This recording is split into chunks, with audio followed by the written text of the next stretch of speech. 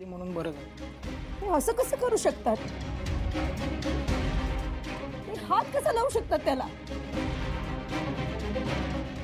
आशू, तुला काही झालं नाहीये ना? नाही लागलं नाहीये. बरं झालं शिवा वेळेत आली, तिने आम्हाला वाचवलं.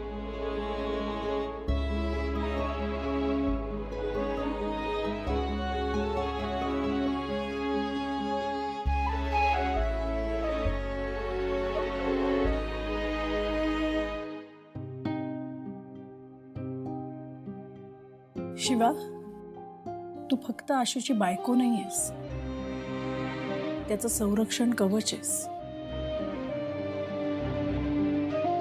सीताई, आता आपण सगळ्यांनी आशूला सांभाळणं गरजेचं आहे. बस.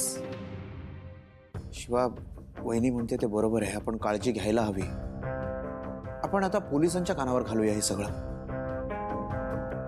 पण काका त्याचा फायदा नाही होणार ना. म्हणजे भले आपण कंप्लेंट केली तर ते केस कोणावर करतील? गर्दीवर.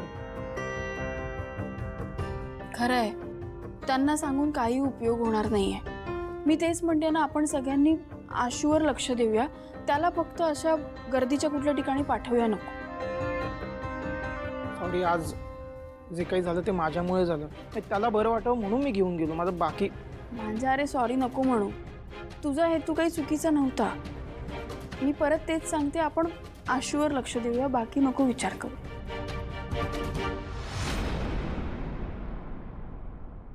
सीताई,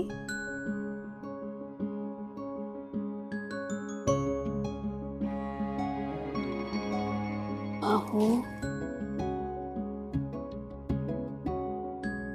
शिवा, शिवा, त्या दिवशी मी तुला बोलले माझं चुकलं.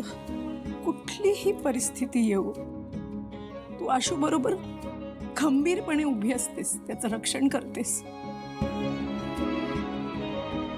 आशूची सावली बनून उभी राहतेस. आता मला कळतंय, आशूसाठी दुर्गाच काय योग्य आहे.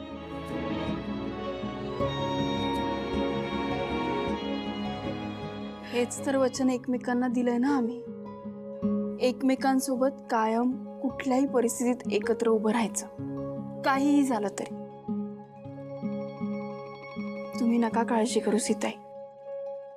मी आशूच्या केसालाही धक्का लागू देणार नाही.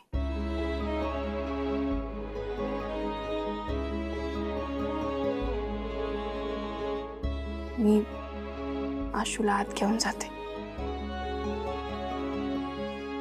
तुम्ही नका रडू.